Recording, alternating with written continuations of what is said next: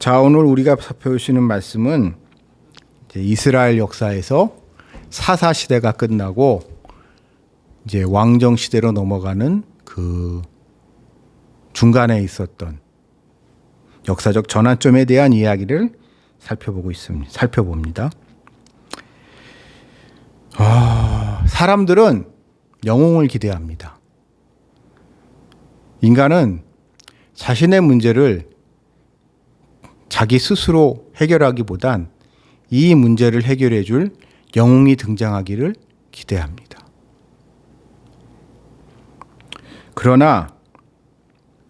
그러면서도 또 인간이 가지고 있는 사악한 이중성은 그 영웅을 싫어합니다. 즉, 영웅을 바라면서도 누군가가 영웅이 되는 것을 마음 한구석에는 탐탁치 않게 여기고 자기가 스스로 영웅이 되고 싶어 하면서도 또한 영웅이 돼야 되기 때문에 자신이 짊어져야 할 그 무게, 왕관의 무게를 지기 싫어하는 것, 그것이 인간이 가지고 있는 아주 간사하면서도 사악한 이중적인 모습입니다. 그래서 이 세상의 야심가들은, 권력을 탐하는 야심가들은 이러한 사람들의 마음을 교묘하게 이용하고 그것을 통하여 자신들이 원하는 바를 이룹니다. 즉, 필요에 따라서는 자기를 그들의 문제를 해결해 줄 영웅인 것 같이 포장할 때도 있고, 또 반대로 그 문제를 본인이 책임을 지기 싫을 때는 다른 사람을 이렇게 책임을 돌리기 위해서 가짜 영웅을 만들고 그에게 모든 책임을 전가하면서 미꾸라지같이 빠져나가는 것, 그것이 이 세상의 야심가들이 사람들을 갖고 노는 가장 기본적인 방법입니다. 이러한 인간의 사악한 마음이 오늘 이 본문에서와 같은 사태를 불러일으켰습니다. 자, 이스라엘의 사사들, 여러 사사들이 있었죠. 여러 사사들이 있어서 이런 일 저런 일들이 많이 있었는데 그 마지막 사사 사무엘의 때가 이제 끝나가고 있습니다. 그는 이제 늙었죠. 어려서 어머니 손에 이끌려 엘리 제사장 밑에서 사사가 된 사무엘. 여러분, 흥미로운 게요, 이스라엘에 여러 사사가 있었는데 그 사사들 중에 제사장 출신은 사무엘이 유일합니다. 나머지 사람들은 제사장 출신이 아니에요. 왜냐하면 사무엘은 사사는 제사장이라기보단 선지자에 가까운 사람이었기 때문에 제사장도 있고 선지자도 있고, 이게 이스라엘의 기본적인 이 시대까지의 모습이었습니다. 자, 근데 이제 사무엘 시대에 오면서 이 두 가지를 사무엘이 겸직을 한 거죠. 어쩌다 보니까. 그렇기 때문에 어찌 보면 종교 권력이 사무엘 1인에게 집중되어 있었다고 볼 수 있습니다. 그전에는 제사장도 있고 사사도 있고, 제사장은 대대로 세습이 되는 모습이었고, 그러나 선지자는 하나님이 그때그때 필요한 사람을 선지자로 세우시고 이런 모습이었는데, 어쩌다 보니까 사무엘이 두 가지를 다 하면서 좀 심하게 말하면 신정국가를 만들게 된 겁니다. 자, 근데 이제 그가 늙어서 은퇴할 때가 됐습니다. 그러니 이제 그는 그 자리를 자신의 두 아들이었던 요엘과 아비야 이 두 사람이 그 일을 이어서 하기를 바랬지만 사람 뜻대로 일이 되지 않아서 사람들이 그 두 아들을 거부합니다. 그 두 아들은 어찌 보면 자기 아버지와 같이 제사장 자리로 만족했으면 좋았을 것을 사사라는 위치까지 맡게 되면서 사람들을 재판하고 판결하는 일을 하게 됐는데 그것이 하나님의 뜻이 아닌 자신의 유익을 위하여 그 일을 행함으로 말미암아 사람들은 더 이상 이대로는 안 되겠다라는 생각을 하고 사무엘을 찾아와서 어찌 보면 좀 심하게 말하면 이겁니다. 심하게 말하면 쿠데타를 일으킨 거죠. 쿠데타를.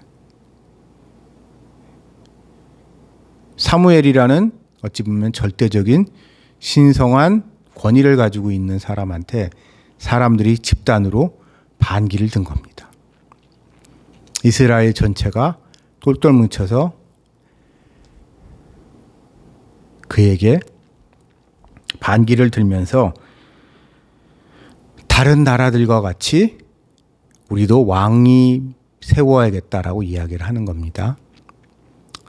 이거를 좀 역사적 관점에서 봤을 때 이제 종교 권력과 세속 권력이 분리되는 재정 일치 사회가 재정 분리 사회로 바뀌어야 된다는 그런 이야기를 사람들이 그에게 하고 있는 거죠. 역사적 전환점입니다. 근데 그 이유가 오늘 보는 바와 같이 재판 문제 때문에 이것의 시초가 됐습니다. 여기서 우리는 한 가지 생각해 볼 필요가 있습니다. 그 이전의 사사드 시대에는 이게 문제가 되지 않았을 텐데 왜 이 시대에는 이것이 문제가 돼서 사람들이 재정 분리를 요구하고 왕을 세워줄 것을 요구하게 됐는지를 한번 우리 역사적 맥락 속에서 한번 생각을 해볼 필요가 있지 않나 싶어요. 이제 이것은 결국 이스라엘이 그만큼 성장한 국가였다는 거죠. 그 이전에 이스라엘은 출애굽해서 팔레스타인 땅에 가나안 땅에 정착했던 12지파 공동체였던 이스라엘의 초기 모습은 사사기 이제 초기의 모습은 한마디로 농경 사회였습니다. 농경과 목축으로 하면서 사람들은 비교적 단순한 삶을 살았습니다. 그러나 세월이 지나가면서 이제 경제적으로도 번영하고 무역이 증가하면서 그 사회가 훨씬 더 복잡해졌습니다. 이 이야기는 재판에 있어서도 훨씬 그전과는 그 중요도와 그 복잡성이 커졌다는 거죠. 여러분 우리 아주 단순하게 생각을 해봅시다. 다 같이 농사 짓는 시골에서 재판을 할 일이 뭐가 있겠습니까? 사실 별로 없겠죠. 재판할 일이. 그냥 자기에게 주어진 일만 하면 그만인 그런 농업 공동체에서는 재판이라는 게 별로 할 일이 없습니다. 근데 이제 사회가 발전해서 상공업이 발달한 도시화가 되게 되면 삶이 복잡해지고 사람들의 이해관계가 훨씬 더 다양해지면서 뭔가 다툼이 늘어나게 되고 그러면 재판이 당연히 증가하게 되겠죠. 그 일을 해야 되는 게 사사에게 주어진 거죠. 그런데 그것이 이스라엘 사람들 뿐만 아니라 다른 나라들의 다른 모든 민족들, 여러 민족들에서 나타나는 공통적인 현상이 이러한 사회 변화는 종교 권력의 약화를 가져올 수밖에 없습니다. 왜냐하면 종교의 권위로서는 해결할 수 없는 여러 이제 복잡한 문제들이 발생했기 때문이죠. 그래서 그들은 사무엘을 통하여 하나님께 다른 나라들과 같이 자신들의 문제를 중간에서 잘 중재해 줄 수 있는 왕을 세워달라고 이야기하고 있는 겁니다. 이 모습을 우리 한국 사회에 한번 돌이켜 봅시다. 저는 많은 분들이, 교회의 많은 분들이 한국 교회 쇠퇴에 대해서 걱정들을 하시는 이야기를 많이 듣는데요. 우리 좀 솔직해질 필요가 있습니다. 이것은 정상입니다. 경제가 발전하고 사회가 발전할수록 종교 권력의 힘이 약해지는 것은 극히 정상적인 일입니다. 만약에 그것을 거부하게 되면 결국 이란 꼴이 나는 겁니다. 종교 권력이라는 것은 태생적으로 보수적일 수밖에 없습니다. 변화를 싫어합니다. 변화를 싫어하는 수구적인 성향을 가지고 있는 종교 권력의 속성상 급변하는 시대에 적응하는 것, 급변하는 시대에 사람들이 쓸 사회를 중재하는 거에 있어서 좀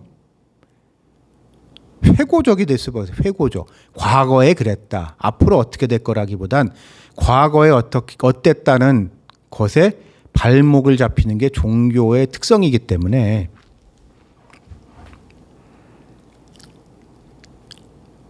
한국 사회가 이만큼 발전하면서 종교 권력이 약화되는 것은 교회의 권위가 약화되는 건 너무 당연한 겁니다.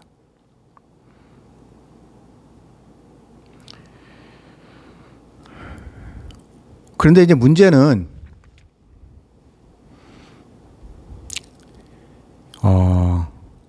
거기서 한 걸음 더 나가서 교회조차도 자꾸 세상 권력에 의지하는 모습을 보여주고 있다는 게 오늘 이 시대의 교회 문제가 아닌가 싶습니다.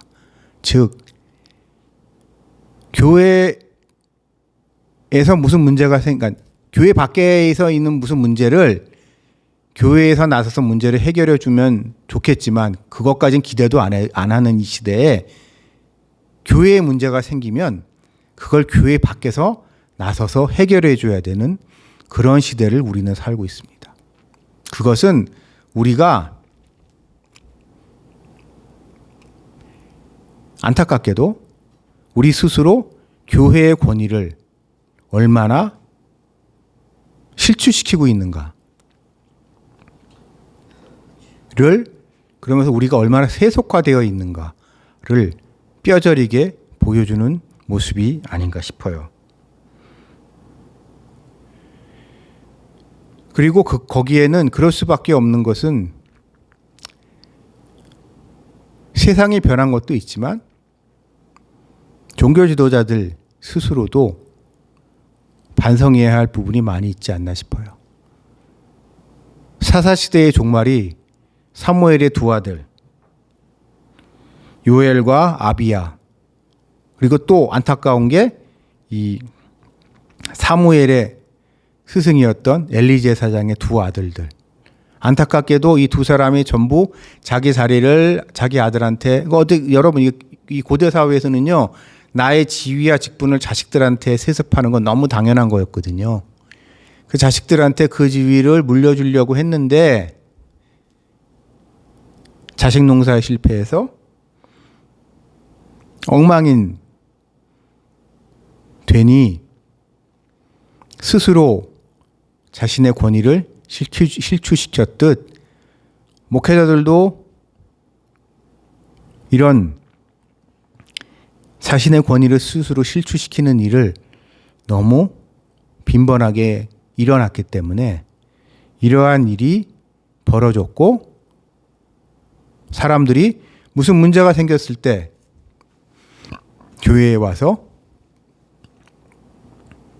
목사님한테 이 문제를 어떻게 해결했으면 좋겠냐, 두 사람 사이를 잘 중재해 달라라고 이야기를 꺼내지 않는 그런 시대에 우리는 살고 있는 거죠. 왜냐하면 사람들 마음속에는 목사가 뭐라고 얘기를 하던 목사님이 누구 편을 들어주고 있다.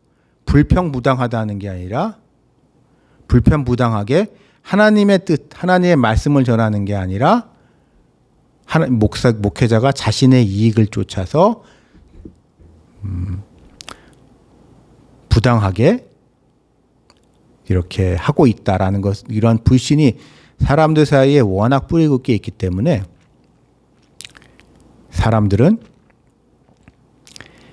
교회에서 뭐라고 하던 좀 심하게 말하면 이빨도 안 들어가는 세상을 우리는 살고 있습니다.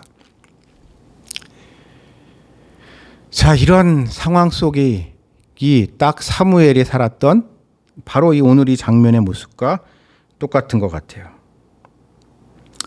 그래서 사무엘을 하나님께 묻습니다. 우리가 입장을 조금 바꿔놓고 제가 이 장면에서 한번 상상을 해봐요. 사무엘 기분이 어땠을까요? 기분이 더러웠을 것 같아요. 솔직히 사무엘은 사람인지라 자자손손 해먹고 싶지 않았을까요? 자기 아들들이 대를 이어서 자기 손자 때, 자기 증손자 때까지 대를 이어가지고 이 좋은 자리 쭉 누리고 싶었겠지요. 근데 이게 사람들이 싫다고 하니 그러면서 하나님한테 이제 이것에 대해서 묻기 위해서 갔을 때 사무엘의 기분이 썩 좋지 않았을 겁니다. 그래서 그런지 하나님도 이거에 대해서 매우 섭섭하게 생각을 하십니다. 하나님이 왜 섭섭해 하셨을까요? 결국 왕이라는 자리는 현실에서 하나님과 같은 위치를 가질 수밖에 없는 사람입니다. 제사장, 그러니까 그 전에 사사라, 선지자, 제사장 이런 사람들은 그 권력이 어떻게든 제한적일 수밖에 없는데, 그리고 사무엘과 그 외에 엘리 제사장 같이 내가 이 자리를 자식한테 세습해 주고 싶어도 사람들이 싫다고 하면은 안 되죠.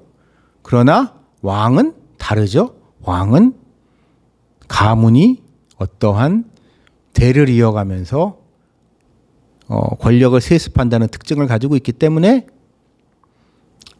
하나님과 같은 권세를 이 땅에서 자기 왕국 안에서는 최소한 사람들의 생사여탈권을 쥔 모든 권한을 한 손에 쥔 그러한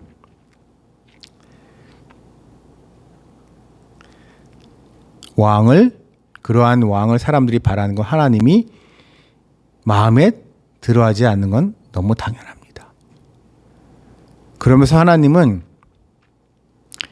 이러한 섭섭한 마음을 밝히시면서 사람들한테 분명히 이 말을 전하라고 합니다. 하나님은 이미 하나님의 위대한 종 모세를 통하여 이스라엘의 왕에 대해서 말씀을 주셨습니다. 신명기 17장 14절에서부터 20절 사이에 이스라엘의 왕을 내가 세울 텐데 이스라엘 왕은 이래야 돼라고 말씀을 이미 주셨어요. 그것을 상기시키라고 하나님은 사무엘에게 말씀하고 계세요. 그러면 이 신명기 17장에 나오는 이스라엘의 왕은 어떤 왕이냐? 한마디로 왕 같지 않은 왕입니다. 그걸 왕이라고 할 수 있나 싶은 왕이에요. 그 고대 사회에서의 왕이라는 것은 이 땅에서의 한마디로 신 그 자체입니다.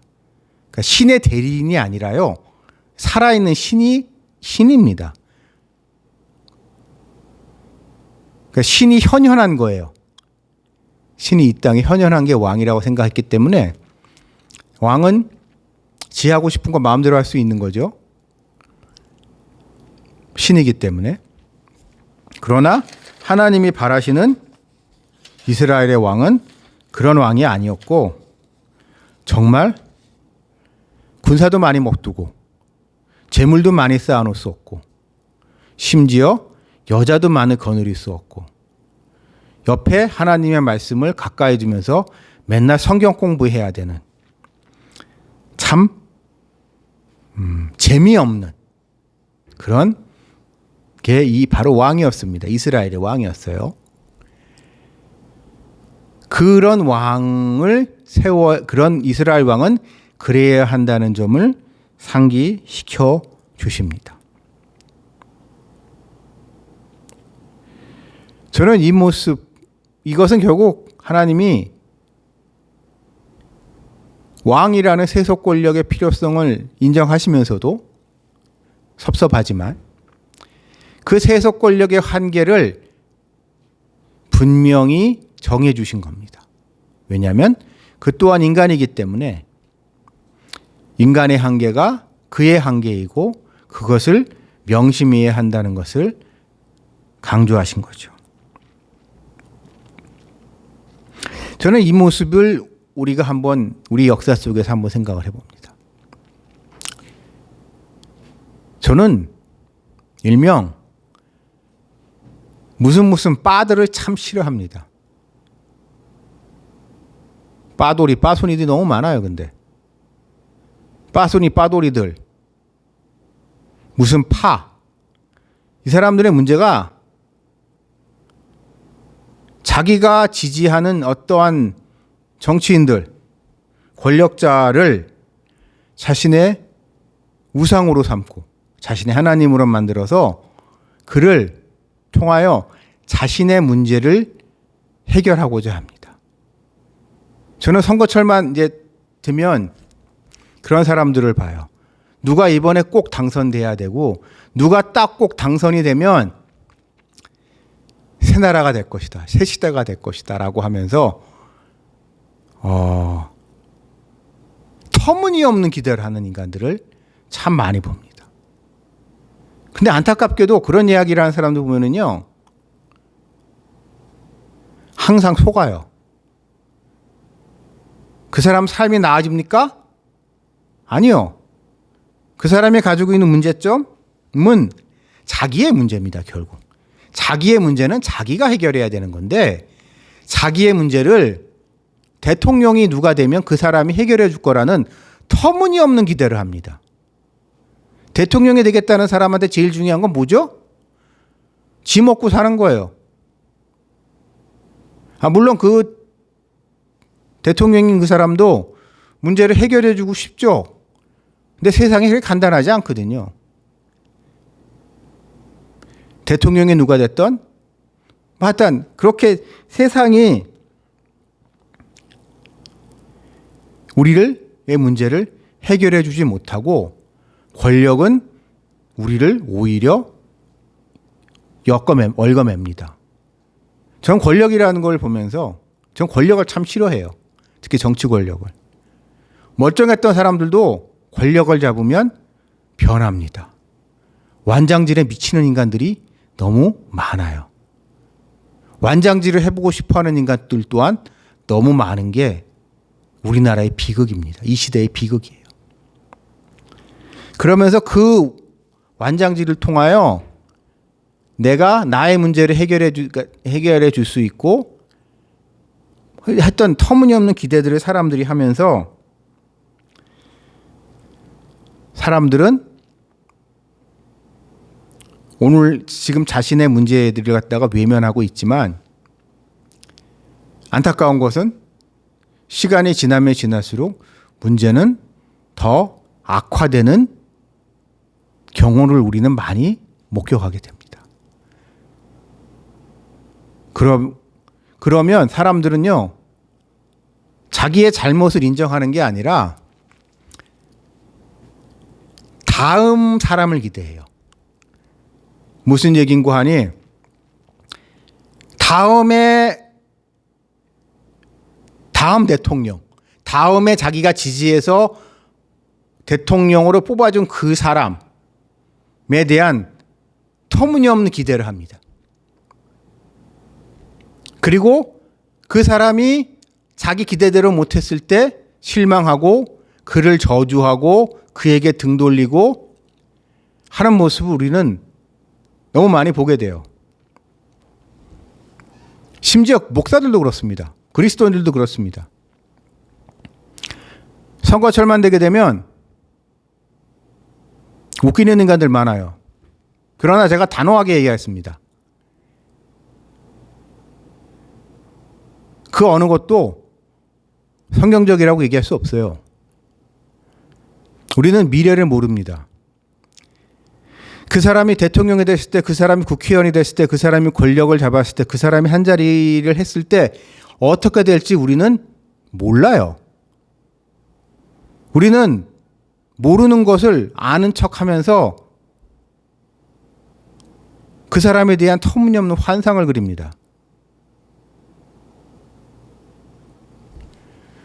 그래서 제가 여러분들께 단호하게 말씀드리고 싶습니다. 여러분, 우리 예수님만 바라봅시다. 현실 정치를 외면하자는 이야기는 아니에요. 현실 정치도 중요합니다. 그러나 현실 정치가 나의 인생을 바꿔놓을 거라는 기대는 하지 마세요. 정치인은 여러분의 삶을 망치지 않으면 다행입니다. 권력은 그 자체로 사악한 겁니다. 남을 강제하는 것이기 때문에 남에게 무언가를 강요하는 것이 권력의 본질이기 때문에 권력은 태생적으로 악의 기운을 가지고 있어요. 그래서 우리는 예수님이 이 문제를 사랑의 예수님만이 우리가 가지고 있는 이 문제를 해결해 주실 수 있는 유일한 분이라는 것을 고백해야 하고 그래서 우리가 예수님을 붙들어야 됩니다. 그러면서 십자가를 봐야 합니다. 분명 지난 세월 돌이켜보면 많은 일들이 우리 한 사람 한 사람 개인에게 또한 우리 사회에 우리 민족에 우리 국가에 전 세계에 이 인류에 많은 일들이 있었는데요. 그것은 결국 역사의 주인이신 하나님께서 하신 겁니다. 그렇기 때문에 이 하나님의 아들 되신 우리의 중보자 되신 예수 그리스도만이 우리의 유일한 희망이시고 이 예수 그리스도를 통한 우리를 향한 하나님 예수님의 중보하심만이 우리의 유일한 가능성입니다. 이 점을 명심하시고 우리 예수님만 바라는 그러한 삶을 사시기를 주님의 이름으로 기원합니다. 같이 기도드리시겠습니다. 하나님 아버지 감사합니다. 참 사람들은